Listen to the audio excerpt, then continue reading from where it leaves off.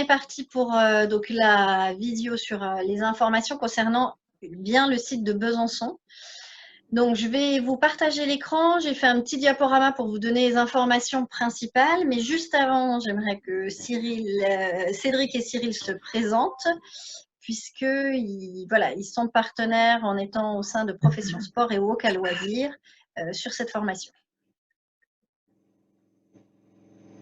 Alors, bonjour à toutes et à tous. Donc moi, je me présente Cédric Chapuis. Donc, je suis responsable de l'organisme de formation de Profession Sport Loisirs et directeur du CFA de Profession Sport Loisirs. Donc, en fait, sur cette formation, comme vous l'a expliqué Maë, on collabore avec le CREPS, puisque le CREPS est UFA de notre CFA. Ça veut dire que nous, on intervient notamment sur toute la partie de l'emploi à travers notre CFA. Donc, Cyril va après vous présenter l'offre qu'on a par rapport aux emplois. Et l'idée, c'est pour ceux qui peuvent être intéressés pour avoir un contrat d'apprentissage afin de travailler sur nos bases de loisirs, vous soyez salarié de notre CFA. Par contre, la formation sera bien conduite par le CREPS. Voilà.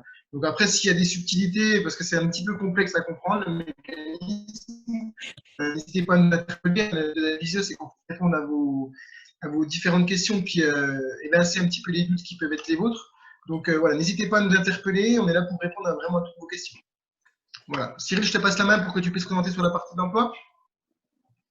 Bonjour à toutes et à tous, Cyril Bonneau, donc responsable du dispositif Walk à Loisirs au sein de Profession Sport. Donc, pour remettre un petit peu en place, donc Cédric, lui, est responsable de la formation et moi, responsable du dispositif tourisme qui est sous le nom de Walk à Loisirs. Et dans ce cadre-là, nous, on propose 10 contrats d'apprentissage, 7 sur le secteur de Besançon et 3 sur le secteur de Belfort. L'idée, c'est que vous rentrez en contrat d'apprentissage chez nous, votre formation est payée, vous êtes rémunéré en tant qu'apprenti. Et ensuite, on vous met à disposition, enfin, vous intervenez sur nos bases de loisirs pour mettre en application ce que vous allez apprendre en formation. Voilà, donc vous avez directement votre lieu de stage affecté pour cette formation. Alors, on y reviendra. De toute façon, on pourra repréciser les éléments. Ce qu'il y a de sûr, comme l'a dit Cédric, c'est que c'est pas évident, mais on n'est pas en présentiel. Mais n'hésitez surtout pas à poser la moindre question tout au long de la visio. Hein. Ça n'est pas censé être descendant, c'est vraiment répondre à ce qui n'est pas clair et à chaque question, même si c'est sur des cas individuels, on est là pour ça. Alors, ce que je vous propose, c'est qu'on passe au partage d'écran. Normalement, cette fois-ci, vous devez voir un écran avec un diaporama. Est-ce que c'est tout bon? Ouais. Ok. Donc, c'est pour présenter donc vite fait la formation et puis mettre en avant pour vous les points clés. Donc déjà, l'objectif de la formation, un BPAPT, c'est bien pour devenir éducateur multisport. C'est pouvoir donner des cours soit en individuel, soit en collectif, dans beaucoup de types d'activités sportives, et pouvoir travailler soit dans une collectivité, une association, une société, monter votre société en tant qu'auto-entrepreneur, etc. Tous les types d'emplois peuvent être faits derrière. On prévient juste que c'est un emploi où effectivement il y a des horaires où c'est surtout quand les personnes pratiquent. Donc, effectivement, si vous êtes en collectivité et que vous encadrez des jeunes, ça peut être sur le temps scolaire quand il y a des arrangements entre la collectivité et les écoles, mais c'est aussi des fois sur les temps de midi, les temps du soir, etc. Donc là-dessus, il faut être conscient aussi du futur emploi. Vous n'aurez pas des créneaux forcément qui seront 8h midi, 14h, 17h. Derrière, c'est souvent un emploi où il y a plusieurs employeurs. En général, on va travailler dans beaucoup de structures. Ça peut être pour certains un point très positif parce que justement, on a plusieurs types d'emplois, on a plusieurs employeurs, on a des publics très variés. Ça nous permet de voir et de ne pas avoir une routine, on va dire, avec voilà, un seul contexte de travail. Mais en tout cas, il faut en être conscient. Et ça permet aussi de, pourquoi pas, faire évoluer son emploi et en quantité et en variété selon nos périodes de vie. En termes de salaire, un tout petit peu. Donc là, sur l'apprentissage, peut-être que Cyril, tu seras plus à même de répondre. sachant que vous avez beaucoup d'informations concernant l'apprentissage sur le portail de l'apprentissage pour faire des simulations pour votre employeur ou pour vous-même de ce que ça peut coûter et de ce que ça peut faire comme salaire. Cyril, est-ce que tu veux ajouter quelque chose? Oui, la grille de salaire, en fait, elle est indexée sur votre âge. En fonction de votre âge, vous touchez un certain pourcentage du SMIC la première année et un autre pourcentage du SMIC pendant la deuxième année de votre apprentissage. Après, ça va dépendre de vos âges. Donc, jusqu'à partir de 26 ans, je crois 26 jusqu'à 30 ans, vous touchez 100% du SMIC. Et puis après, en dessous, c'est d'autres pourcentages. Mais vous pourrez me demander après, individuellement, en fonction de vos âges, je pourrais vous apporter cette réponse. Alors, pour la suite, donc, les compétences qu'on va développer, c'est vraiment sur la capacité donc, à encadrer des séances, c'est-à-dire et construire des séances et les encadrer. Et derrière, pouvoir initier donc, dans 3 grandes familles d'activités. Le fonctionnement du BP Activité physique pour tous, il est vraiment placé autour de 3 familles d'activités. La famille sur les activités physiques d'entretien corporel, donc je vous ai mis, c'est en gros la gymnastique d'entretien, la gym douce, le renforcement musculaire, la danse, etc.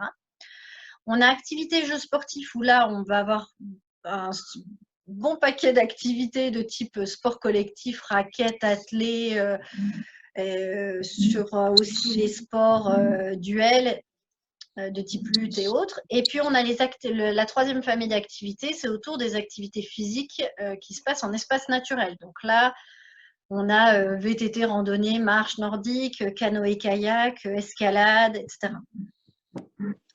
L'idée donc est que vous soyez capable d'encadrer dans un maximum d'activités sportive, que vous soyez formé dans un panel le plus large possible de familles d'activités pour qu'à la sortie de votre formation, vous puissiez être à l'aise et formé dans tous ces domaines. L'autre chose qu'on a mis en avant avec PS, c'est qu'on a souhaité qu'il y ait un focus sur les sports de nature au vu des caractéristiques de la région, mais également sur tout ce qui est les publics en situation de maladie chronique. Ça nous semble vraiment important que vous soyez formés, sensibilisés et formés à encadrer ce type de public. Ça se développe beaucoup, on parle beaucoup du sport sur ordonnance, etc. Tout n'est pas très cadré, mais nous, on souhaite que dès la formation initiale, vous ayez des contenus dans ce domaine-là. Et puis, le dernier, c'est être capable d'organiser et concevoir des projets sportifs. Vous verrez que le diplôme, il est conçu en 4 UC et que les 2 premières UC sont effectivement sur intégrer un lieu de stage, être à l'aise dedans, y connaître sa place, son fonctionnement, et puis mettre en place un projet d'animation ou un projet événementiel au sein de cette structure. Est-ce que c'est clair jusque-là? Est-ce que certains ont des questions à poser? C'est tout bon? Allez. L'organisation de la formation. N'hésitez pas, hein, si vous avez des questions, vous pouvez me couper au milieu d'une phrase, ce n'est pas gênant. L'organisation de la formation. Donc, j'ai mis attention au changement de date parce que le mois dernier, tout début janvier, nous avons dû faire évoluer nos dates. Les tests de sélection sont donc bien les 22 et 23 février. Les TEP, donc j'ai eu la confirmation des disponibilités de gymnase. Donc, on passera le 22, il y aura une épreuve écrite et quelques entretiens de sélection pour certains. Et puis, le 23 février matin, on passera ce qu'on appelle les TEP, tests d'exigence préalable. Je vous les décrirai un petit peu plus tard. Et le 23 après-midi, on continuera sur les entretiens. La formation, elle aura lieu du 8 mars au 3 juin, donc elle dure sur 15 mois. Elle est étalée pour vous permettre soit de continuer un emploi à côté, soit de favoriser tous les contrats liés à l'alternance et également, pourquoi pas, de continuer des formations en parallèle. Le volume horaire, on est à 630 heures en centre et 400 heures en entreprise. Alors, je signale juste, les 400 heures en entreprise, c'est si vous n'êtes pas embauché par une structure. Imaginons que vous soyez apprenti, vous allez avoir les 630 heures en centre, c'est les heures les 630 heures en centre, c'est les heures qui se déroulent au sein du CREPS. D'accord? Alors, Monsieur Chauvin? Oui, Ça coupe va? des fois, j'ai deux, trois. Ça va, ça revient. D'accord. Est-ce que vous pouvez juste couper le micro si vous ne posez pas de questions? Et puis, n'hésitez pas à rouvrir le micro si vous avez des questions à poser, si c'est possible. Donc, les heures au CREPS, c'est les heures qu'on fait au centre de formation en centre. Donc là, c'est des heures qui sont très variables. Hein. Ce n'est pas parce que c'est en centre que c'est du cours théorique descendant. Il y aura beaucoup de temps de pratique, soit de pratique pour que vous appreniez les techniques comme en canoë-kayak, en VTT, en danse, en lutte, etc. Un certain nombre de disciplines. Il y a des heures où vous allez encadrer du public sur ces heures en centre. Et puis, il y aura effectivement des heures, soit en face-à-face en salle de cours, soit des heures en visio, en formation à distance, etc. C'est assez varié. Les 400 heures en entreprise, donc une fois que vous avez fait ces 630 heures, si vous êtes embauché sous le statut d'apprenti, le reste de votre temps de travail est à convenir avec votre employeur. Pour ceux qui ne sont pas en apprentissage, effectivement, vous avez un planning de vos 630 heures calées sur l'année. Vous avez le synoptique qui est sur le site internet et vos 400 heures de stage, ça sera à vous de les caler sur votre agenda, sur les 15 mois, de manière organisée. On vous accompagnera un petit peu là-dessus, mais l'idée étant d'avoir quelque chose d'assez régulier pour que vous puissiez suivre des groupes sur la durée. Voilà. Donc, les heures en centre, j'ai déjà un petit peu précisé. Les points à souligner, c'est qu'effectivement, dans le cadre d'un BP, on vous suit, vous êtes une promo en général entre 12 et 15, 20 stagiaires. Sur cette promo-là, moi et un collègue, on sera coordonnateur de la formation, on vous accompagnera et on vous accompagnera au mieux pour que vous soyez bien dans cette formation et vous puissiez suivre toute la formation du début à la fin. Il y aura des évaluations formatives qui pourront se dérouler tout au long de l'année. Donc, l'organisation en alternance, comme je l'ai dit en introduction, donc les lundis, mardis, vous serez en centre de formation au CREPS. Et puis, les 3 premières semaines complètes de début de formation, vous serez aussi au CREPS. Après, tout le reste du temps est prévu en alternance.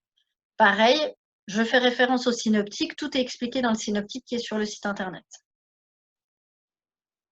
Est-ce que c'est bon pour l'alternance? Oui.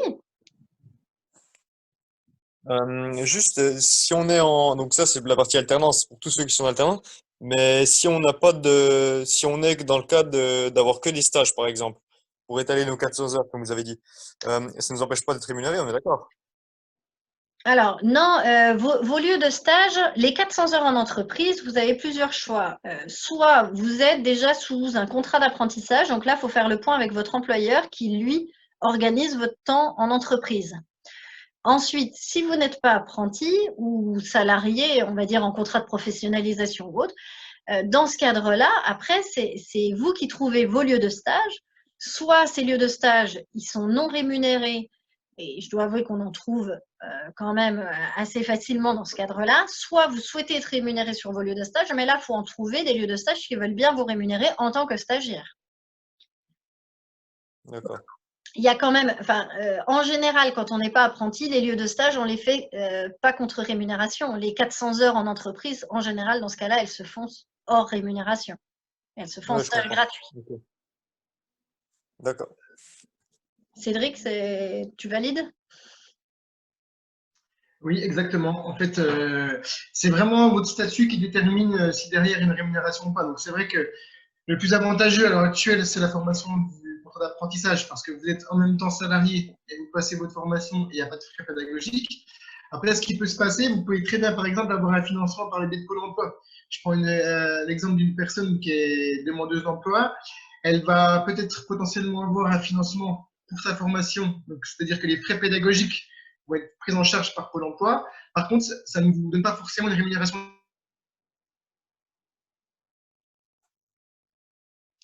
Il n'y a pas qu'avec moi que ça a coupé, je crois. On a perdu Cédric. Est-ce que tu peux prendre le relais sur ce qu'il disait ou… De ce côté-là, il en était quoi? Oui, donc oui, quand c'est une prise en charge Pôle emploi ou financement région, effectivement, c'est la formation qui est prise en charge sur le côté des 630 heures en centre. Mais après, effectivement, les 400 heures en entreprise, c'est aux salariés de le trouver. Et comme on l'a très bien dit, c'est très facile de trouver des stages, des personnes, des structures qui vous accueillent, mais c'est vrai que la plupart du temps, le feront contre Gratuitement. non-gratification, quoi. Après, ça va dépendre.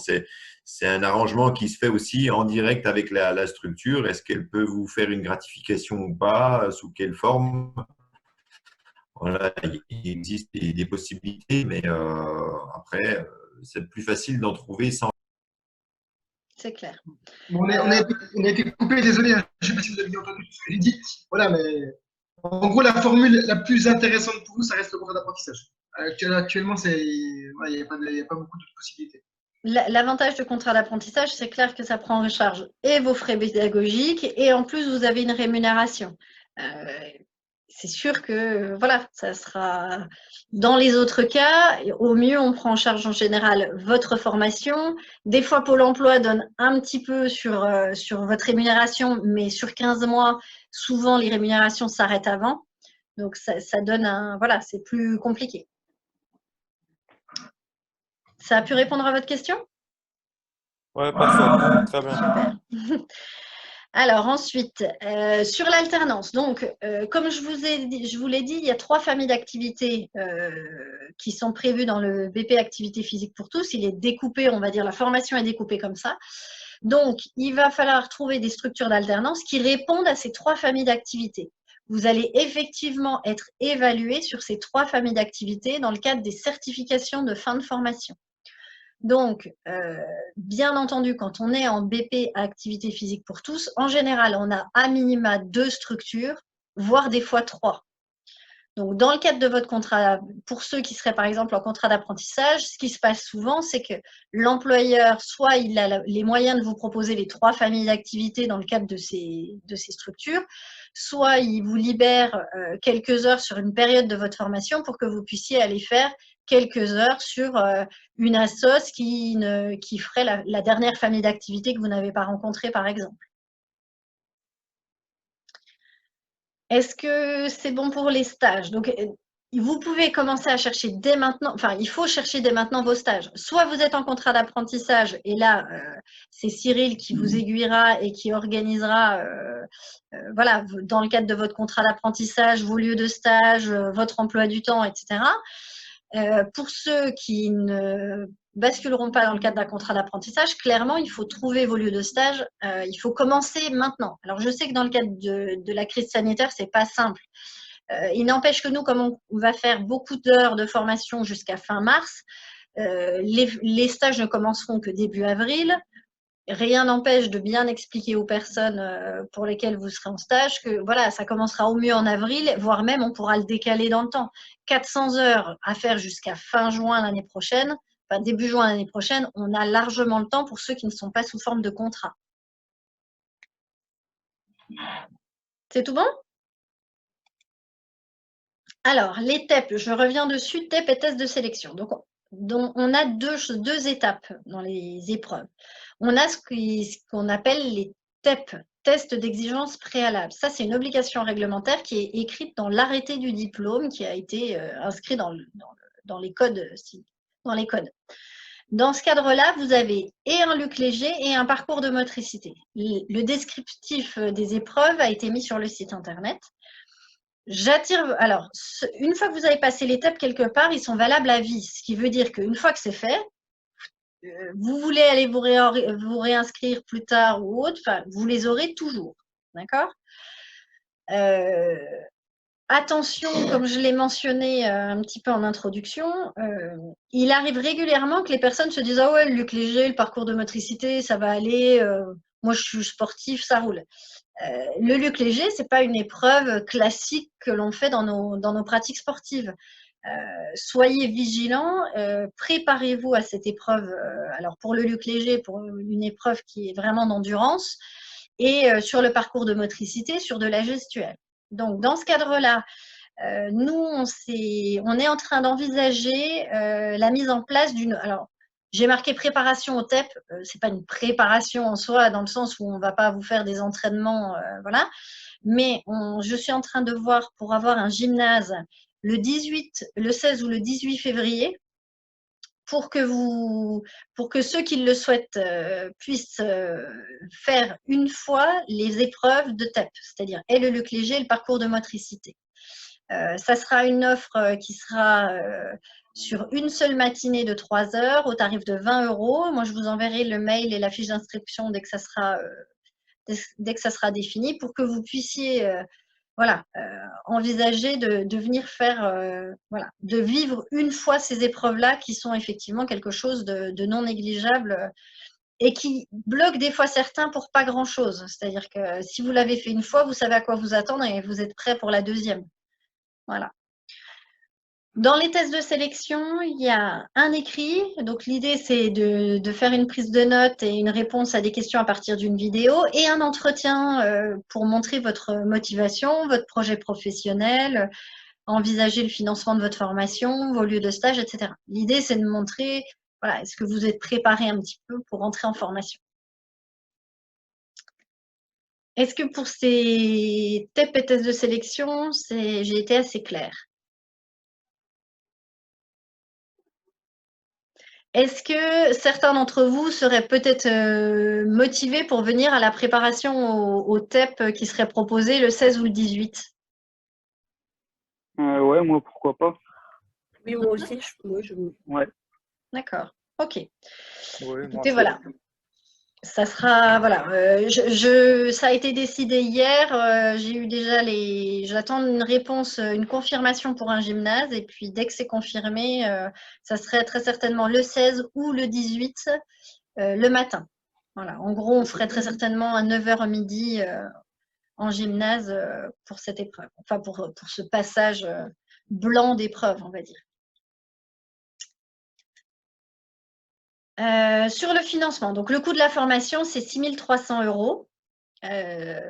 Comme on l'a dit, il y a tout ce qui est lié au contrat d'apprentissage, qui est valable pour les personnes qui ont jusqu'à 29 ans révolus. Il y a quand même des exceptions pour certains cas, comme les athlètes de haut niveau, les personnes en situation de handicap et les créateurs d'entreprises, si je ne me trompe pas, Cyril. Non, d'accord. Dans la loi, pour moi, c'était indiqué que les créateurs d'entreprises pouvaient également y avoir droit, sans limite d'âge. Droit par rapport à quoi? Par rapport au… Contrat d'apprentissage. Non, alors pour l'instant, moi, j'ai une limite d'âge qui est de 30 ans. Je n'ai pas forcément cette information-là, faut que je vois. Mais Cédric, je ne sais pas si tu es au jus par rapport aux plus de 30 ans, mais en tout cas, moi, je n'avais pas forcément cette information. Non, sur les plus de 30 ans, c'était surtout par rapport aux personnes en situation de handicap. Après, effectivement, les aides qui étaient au départ prévues sur 2020 pour favoriser le retour à l'apprentissage sont prorogées sur 2021, donc c'est-à-dire que les employeurs peuvent en bénéficier. Donc c'est vrai que ça fait des coûts qui sont relativement intéressants pour les employeurs. Mais voilà. Mais il me semblait que le public, il y avait également les athlètes de haut niveau et les créateurs d'entreprises qui n'étaient pas bloqués par la limite d'âge. Il faudra qu'on Pour les créateurs d'entreprises, franchement, j'ai pas l'information. Ok, d'accord. À vérifier. Ok. Là-dessus, j'ai bien noté, il y a des aides exceptionnelles. Cédric vient d'en faire écho. Sachez que effectivement, au vu de la crise sanitaire, l'État a mis des moyens importants, avec une prime de 8 000 € d'aide complémentaire à ce qui existait déjà pour la signature des contrats d'apprentissage. Donc, c'est vrai que les structures privées, donc associatives ou sociétés, ont des réels intérêts à mettre en place des contrats d'apprentissage. Pour les demandeurs d'emploi, il faut clairement prendre contact avec Pôle emploi, avec votre conseiller, et voir avec lui dans quelle mesure il est prêt à le prendre en charge. Je mets un petit focus d'attention. Souvent, Pôle emploi, alors il y a Pôle emploi d'un côté qui finance pour les demandeurs d'emploi, mais il y a aussi la région qui fait ce qu'on appelle des marchés publics pour certaines formations, où là, le conseil régional dit bah, moi, je finance 8 places ou 10 places pour des demandeurs d'emploi sur telle formation. Faites attention, au CREPS, la formation sur Besançon n'est pas financée dans le cadre d'un marché public conseil régional. Et il faut bien le dire à votre pôle emploi. Parce que votre pôle emploi va peut-être dire ah ben non, mais moi, je vous fais une offre pour que vous rentriez dans le marché. La formation de Besançon n'est pas éligible dans le cadre du marché public du conseil régional. Donc là, votre pôle emploi, il faut qu'il prenne sur son enveloppe de pôle emploi pour vous financer votre formation. Nous, ça a été possible, on l'a fait pour certains publics sur Besançon pour la formation, par exemple, l'activité de la natation. Donc, il faut, voilà, si vous avez des questions vraiment sur les financements, il n'y a pas de souci, j'y répondrai, mais après, c'est plus des cas individuels à voir. Donc, n'hésitez pas à nous recontacter. Moi, vous pouvez me recontacter par mail, vous avez mon mail sur le site internet. Et puis derrière, on conviendra d'un rendez-vous téléphonique ou même en présentiel pour pouvoir voilà, faire le point sur votre situation. Concernant les financements personnels, vous pouvez également faire un financement personnel et on peut envisager un étalement des échéances. Le coût de la formation, il est lié au volume horaire de formation que vous faites. Rien ne vous empêche de ne faire qu'une partie de la formation la première année et d'étaler, on va dire, dans le temps votre formation pour pouvoir faire la totalité de la formation. Pareil, si vous avez déjà des diplômes dans le sport, vous avez des équivalences qui vous permettent de réduire votre temps de formation et donc le coût de la formation. Le coût de la formation, en gros, il est 10 € par heure en centre. Donc, selon le volume horaire d'heures que vous faites, le coût de la formation n'est pas le même. Alors, concernant les autres informations, sur le site internet, vous avez les contenus qui sont prévus pour le moment. Donc, vous pouvez voir à peu près en détail ce qu'on a prévu comme type d'activité, comme organisation. Vous avez également les épreuves de certification qui sont prévues. Donc, vous verrez dans l'arrêté du diplôme, il y a un document qui s'appelle arrêté du diplôme. Vous avez tout un document qui est… Alors, la première partie, c'est le référentiel de formation qui vous explique qu'est-ce qu'on attend comme compétences dans ce diplôme-là. Et donc, dans ce métier-là, on va dire plutôt. Ensuite, vous avez les épreuves de certification qui sont décrites, c'est-à-dire quels sont les objectifs des certifications, comment s'organise la certification. Et vous avez également les dispenses d'épreuves pour ceux qui auraient déjà des diplômes sportifs. Voilà. Voilà, moi, ce qui me semblait important de vous dire en visio, on va dire, de présentation. Est-ce que vous auriez des questions ?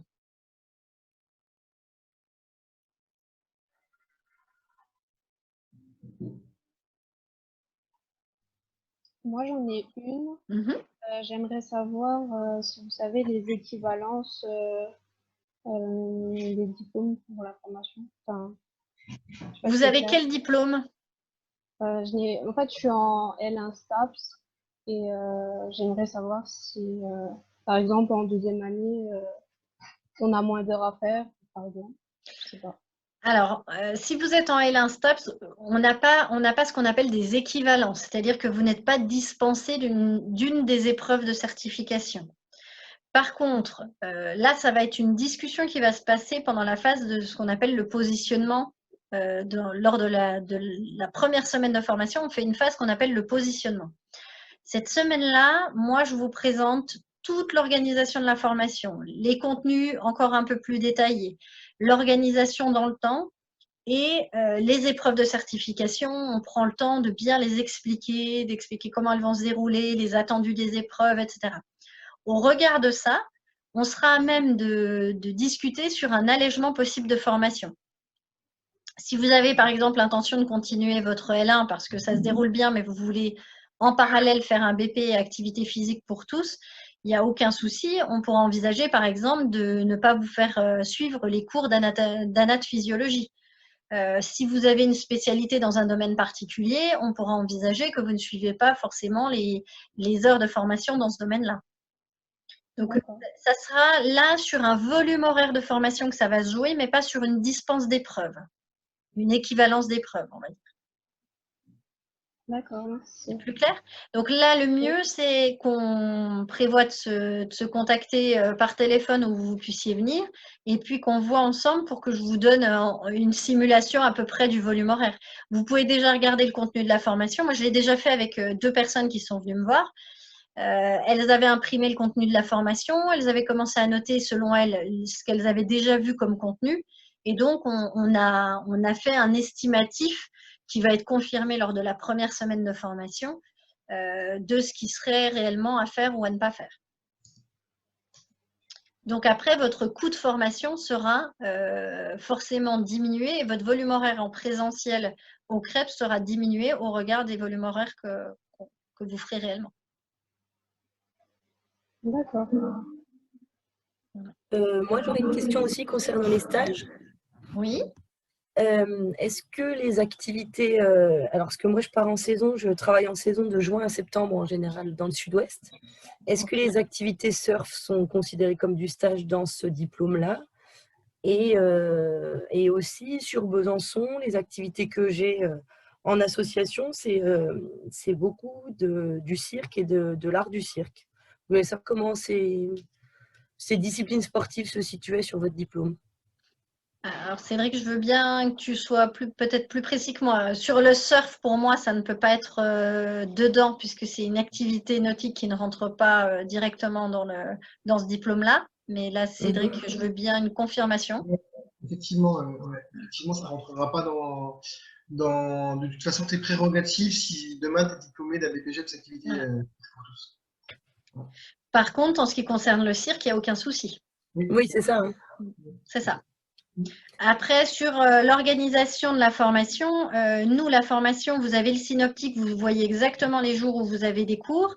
Ouais. Pendant l'été, moi, vous pouvez être en stage ou pas en stage. Moi, tant que vous faites vos 400 heures de stage en entreprise d'ici le mois de juin, Oui. pour être peu importe quand, quoi.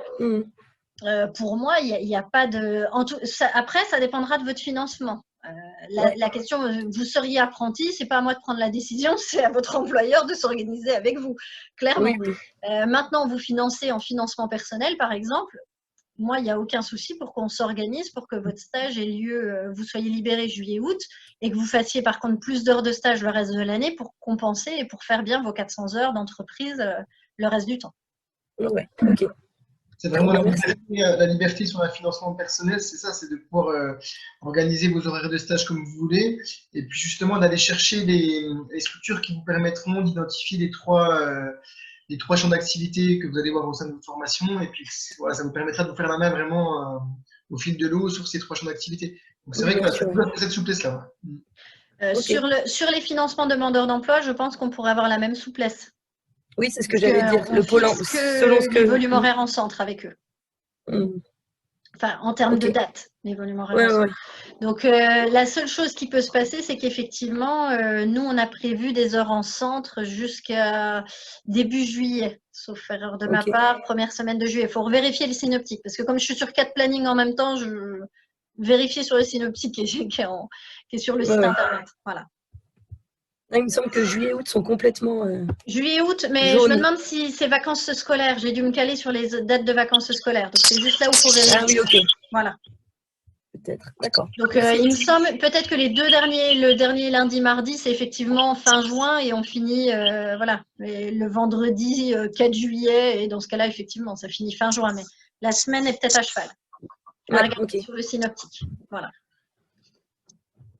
Mais du coup, il n'y a pas d'interdiction légale ou qui pourrait relever d'assurance ou de formation qui nous interdirait de faire des heures de stage pendant la fermeture de la formation, enfin sur des vacances scolaires. Nous on n'a pas de fermeture de formation en fait. Nous, la formation, il y a des heures en centre et le temps d'entreprise doit se caler sur un autre temps que le temps en centre. Et pour que la formation soit cohérente, vous me diriez, moi je veux faire justement mes 400 heures d'entreprise, entre guillemets, entre juin et août, je vous dirais, là, faire tout condenser, ça n'a pas de cohérence. Il vaut mieux, justement, à la rigueur, ne pas faire juillet-août et par contre faire un peu de stage en avril, mai, juin avant de partir et refaire tout le reste de l'année de manière cohérente. Là, on a un lien théorie-pratique qui va se faire régulièrement. Pas de problème. Par contre, effectivement, on me dirait, moi, je veux faire tous mes stages avant septembre, octobre l'année prochaine et après, je ne veux plus avoir de stage. Je dirais, en tout cas, le lien théorie-pratique, il va être compliqué. Et même pour les certifications. C'est pas l'objet de… Voilà. Non, il faut que ce soit cohérent. Et l'idée, clairement, de la formation professionnelle, c'est de ça. de faire des formations qui s'adaptent aussi aux contraintes des uns et des autres et de leur objectif de formation, emploi, etc. Donc, non, il n'y a Oui, bien aucun sûr. souci là-dessus. Ok. Merci beaucoup. De rien. Petite question, je ne Bien sais pas sûr. si quelqu'un avait la priorité par rapport à moi, mais euh, simplement, je me suis renseigné par rapport à un club de piscine qui m'avait expliqué qu'ils avaient déjà pris les APT en tant qu'assistant sportif. Et donc, alors ça, la question est simple, c'est est-ce que ce serait toujours possible dans ce cadre-là ou non? Enfin, est-ce que c'est éventuel pour vous ou non? Parce que là, la dame demandait pour le cirque et vous lui disiez que non, le surf, pardon, vous lui disiez que non, mais je sais pas si la piscine c'est accordé.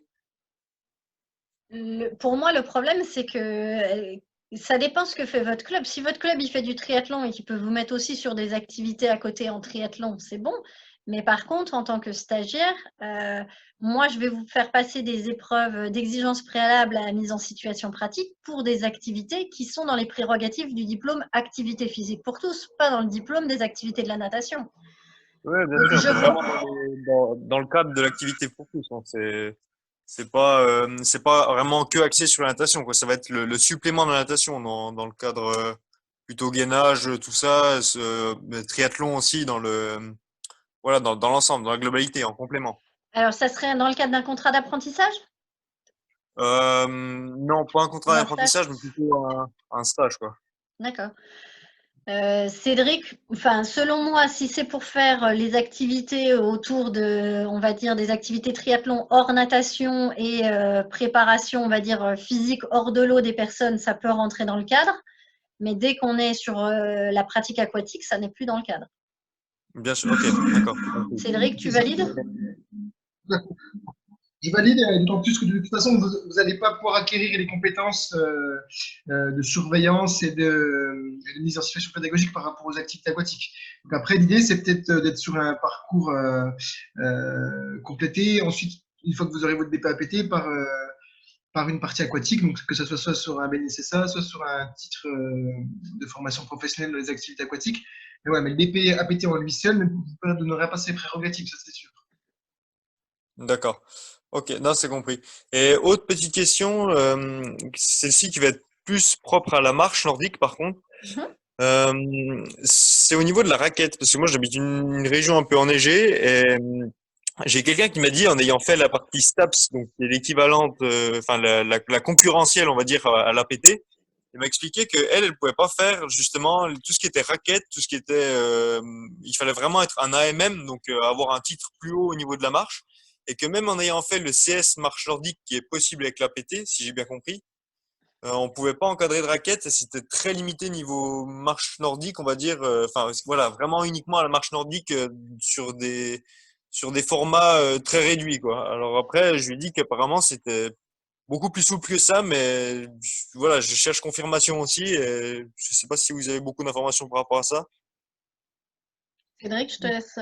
Les activités qui sont exclues dans les prérogatives d'un BPGEPS activité physique pour tous, c'est toutes les activités à risque, c'est-à-dire canyoning, ski de descente parce que vous n'avez pas les prérogatives et ni les compétences. Par contre, sur de la rando en raquette, de la rando traditionnelle, c'est-à-dire sur des sentiers balisés, il n'y a pas d'exclusion. Simplement, ce qu'il faut bien comprendre, c'est pas le BPAPT qui va vous offrir les compétences terrain puis les compétences métiers pour encadrer ça. Si vous voulez, le BPGEPS, sa force, c'est de vous donner les prérogatives pour encadrer des groupes d'un point de vue pédagogique et en sécurité à travers une multitude d'activités. Mais il n'y a pas de cohérence si vous voulez à passer un BPAPT pour encadrer de la raquette en rando. Par contre, que vous fassiez de la rando nordique ou de la rando traditionnelle, ou vous fassiez de la course d'orientation, de découverte, il n'y a pas de problème. C'est-à-dire, vous pouvez très bien aller vous balader dans un bois avec des raquettes, ça ne posera pas de problème. Par contre, dès qu'on est sur une démarche soit d'entraînement, soit de sport à risque, effectivement, le BPAPT ne vous offre plus les garanties nécessaires.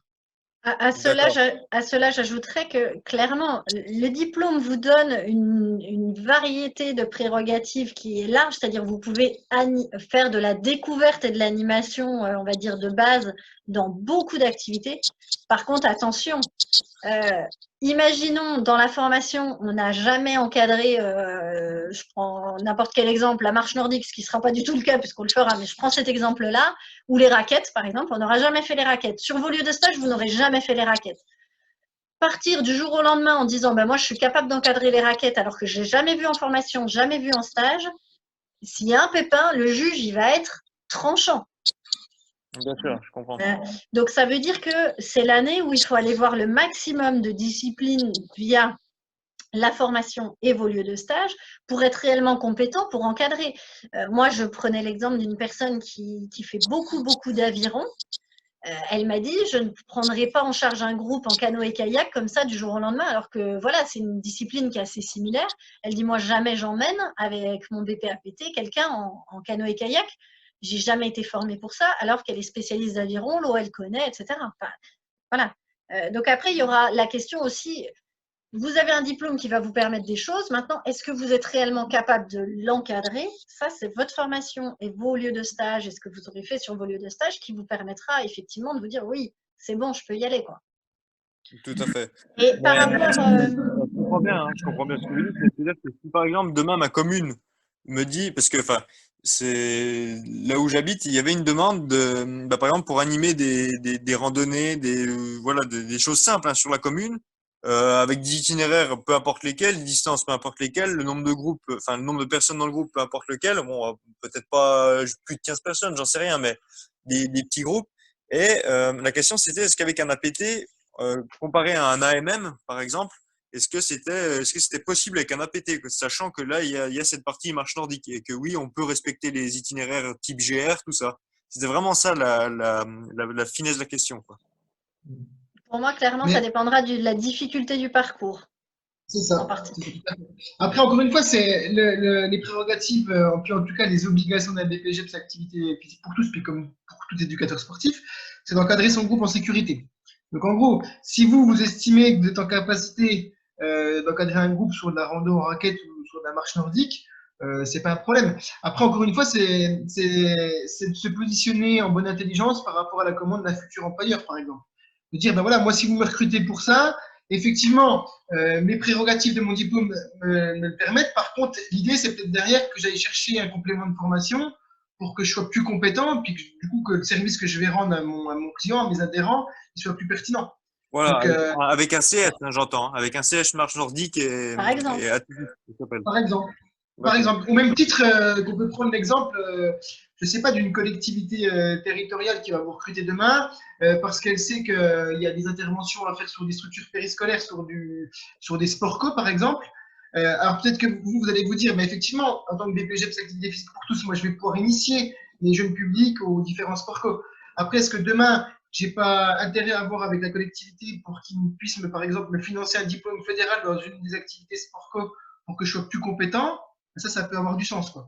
Donc, encore une fois, c'est vrai que le BPGEPS, il faut le voir comme vraiment une vraie porte d'entrée sur le métier d'éducateur sportif, avec un champ d'intervention relativement large. Par contre, qui reste que de l'initiation. Donc, avec toutes les précautions que ça sous-entend, quoi. D'accord. Ok. Et par rapport à la comparaison qui a été faite avec les STAPS, pour moi, clairement, les deux formations sont totalement complémentaires. Qu'on soit bien précis là-dessus. On est concurrentiel sans l'être pour moi parce qu'on n'amène pas du tout les mêmes types de compétences et de manières d'amener les contenus. Donc, clairement, moi, je dirais que l'éducateur sportif idéal, c'est parfois, des fois, celui qui aura peut-être fait le double cursus. La fac va amener des contenus généralistes en physio, en anat, etc., qui seront beaucoup plus larges, en psycho, avec de l'histoire du sport, des choses comme ça, et un certain nombre de pratiques sportives. Le BPAPT va être plus ciblé sur le lien théorie-pratique. Vous faites beaucoup plus d'heures de stage, vous êtes directement en lien avec le terrain, vous faites… Et les contenus sont vus à l'angle de ce qui vous sert directement sur le terrain, ce qui est complètement différent de la vision de la formation universitaire. Donc pour moi, il ne faut pas les opposer, et pour moi, ils sont largement complémentaires. Donc quand on peut cumuler un double cursus, pour moi, c'est l'idéal. Enfin, en tout cas, c'est une voie possible. Après, il y a une autre comparaison qui est différente, c'est que en STAPS, il y a une autonomie du travail. Vous êtes des fois à 400 en amphi. Nous, on est sur un mode, vous êtes 12 à 15 12 à 20 en formation et on vous accompagne. Et entre guillemets, on est là derrière vous, on est là toutes les semaines, on parle avec vous, on fait le lien, on essaie de. Il n'y a pas tout, c'est pas la même organisation de formation non plus. Donc voilà, c'est pour moi deux choses différentes qui vont vous donner des cursus et des contenus différents, des compétences un peu différentes. Voilà, voilà. C'était juste le petit commentaire. Est-ce qu'il y a d'autres remarques, questions par rapport à tout ce qu'on a dit?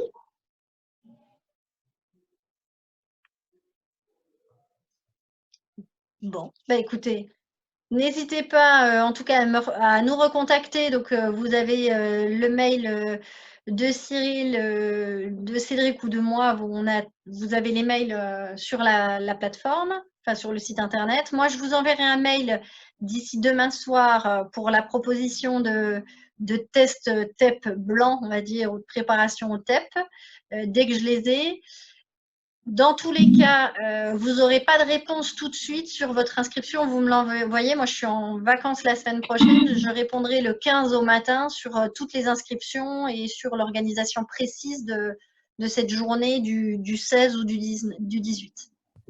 Voilà. Moi, j'aurais peut-être une petite question avant que vous raccrochiez.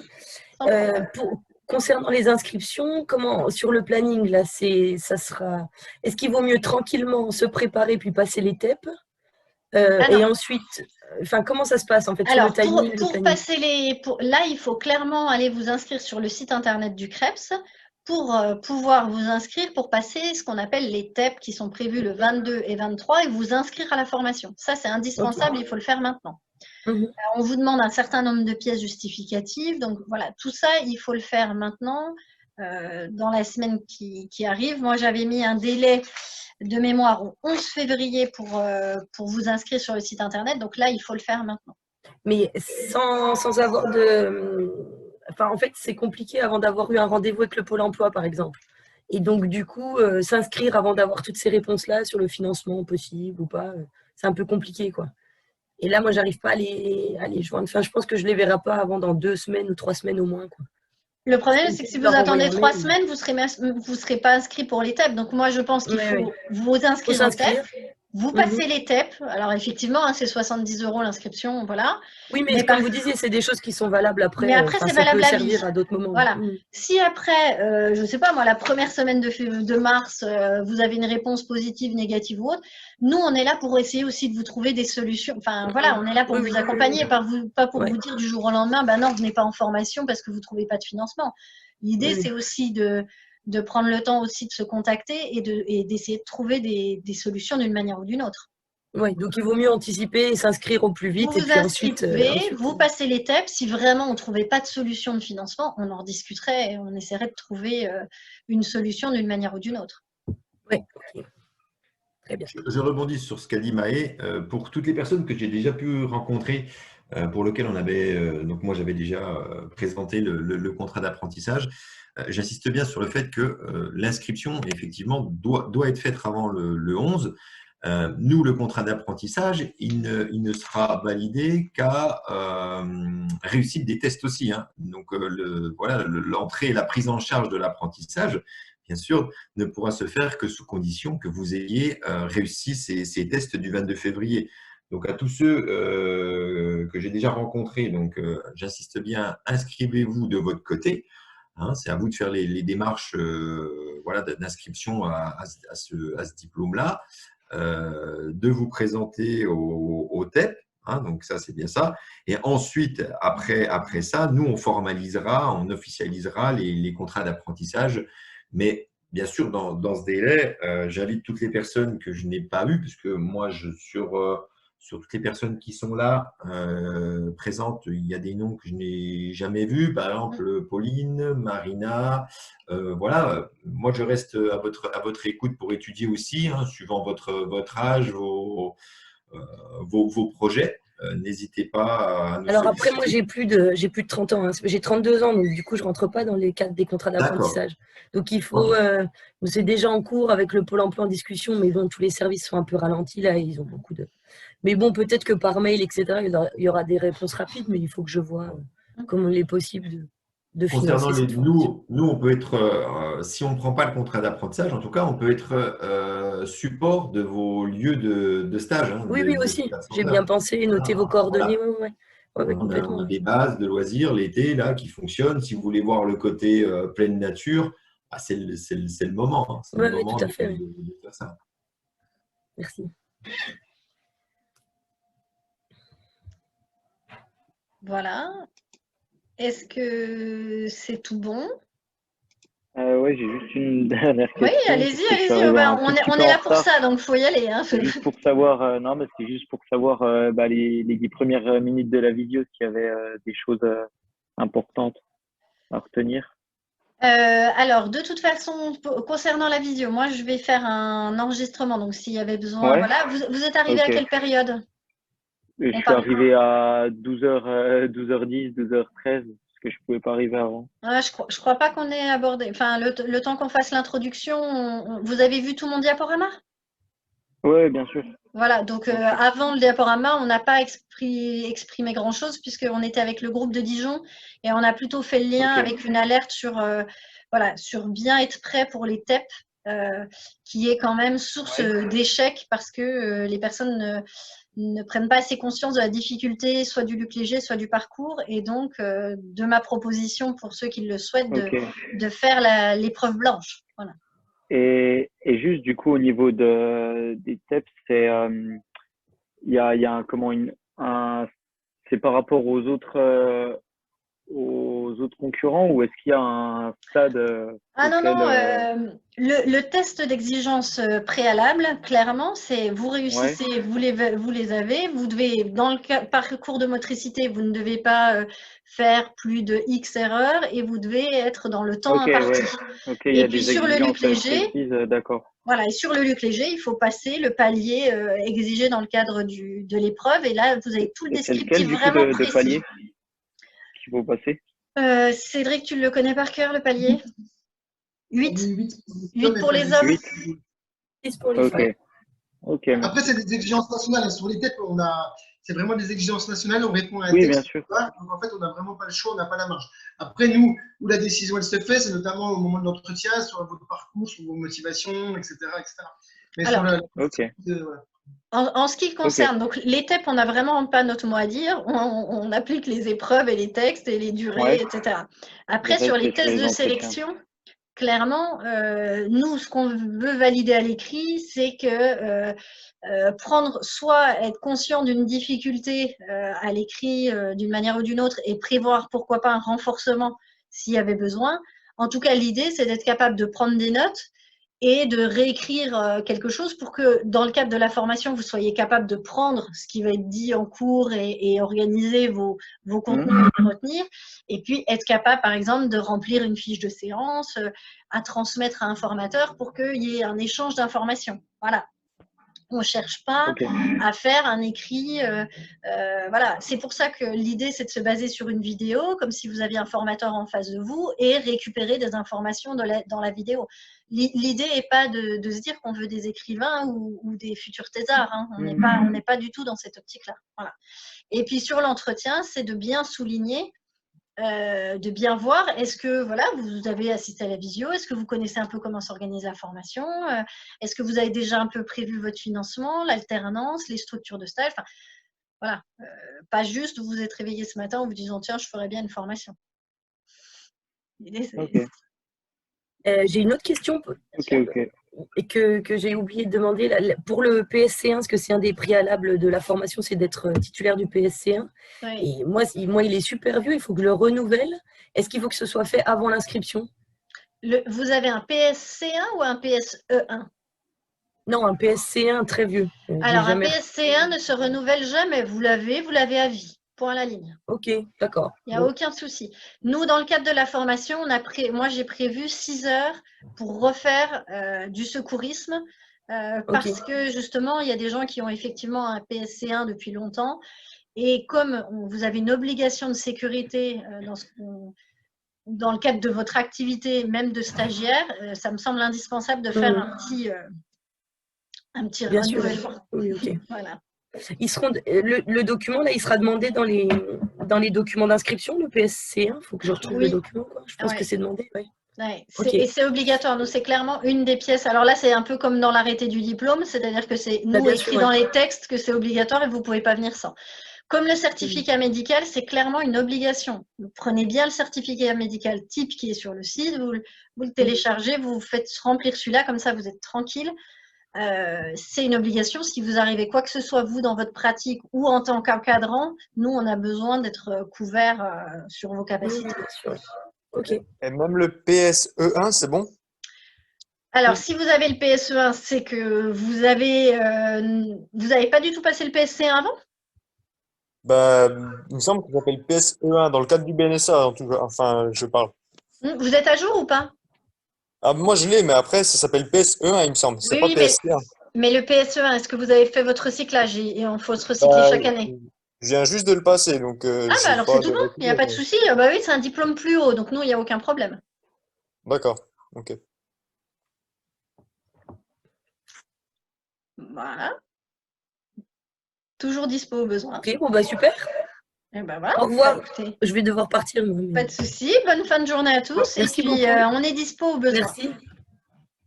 Merci, Ok, super. bonne Merci journée. beaucoup. Au revoir. Au revoir. Au revoir. Au revoir. Merci, Au oui. revoir. Bonne journée. Cédric, Au revoir. on peut rester 2 minutes? Oui, Peut-être avec Cyril? Ouais. Merci, au revoir, bonne journée. Au revoir Au revoir, également. bonne journée. Après, je peux vous contacter, Cyril? Oui, oui, tout à fait. Oui, on peut se recontacter sans souci. C'était l'idée, hein, après la visio, qu'on puisse tous se recontacter. Donc, oui, vous pouvez me recontacter à partir de demain. Il n'y a pas de souci. À partir de demain? Ouais, de demain, ou demain ou semaine prochaine, n'importe. Mais voilà, dans la journée, ça va être difficile, mais demain, je serai plus disponible. D'accord, merci beaucoup. Bonne journée. Au D'accord, revoir. merci journée, pour au les revoir. informations. Bonne journée. Merci. Eh Au ben, revoir. bonne journée à vous. Au revoir. Merci, pareil, au revoir.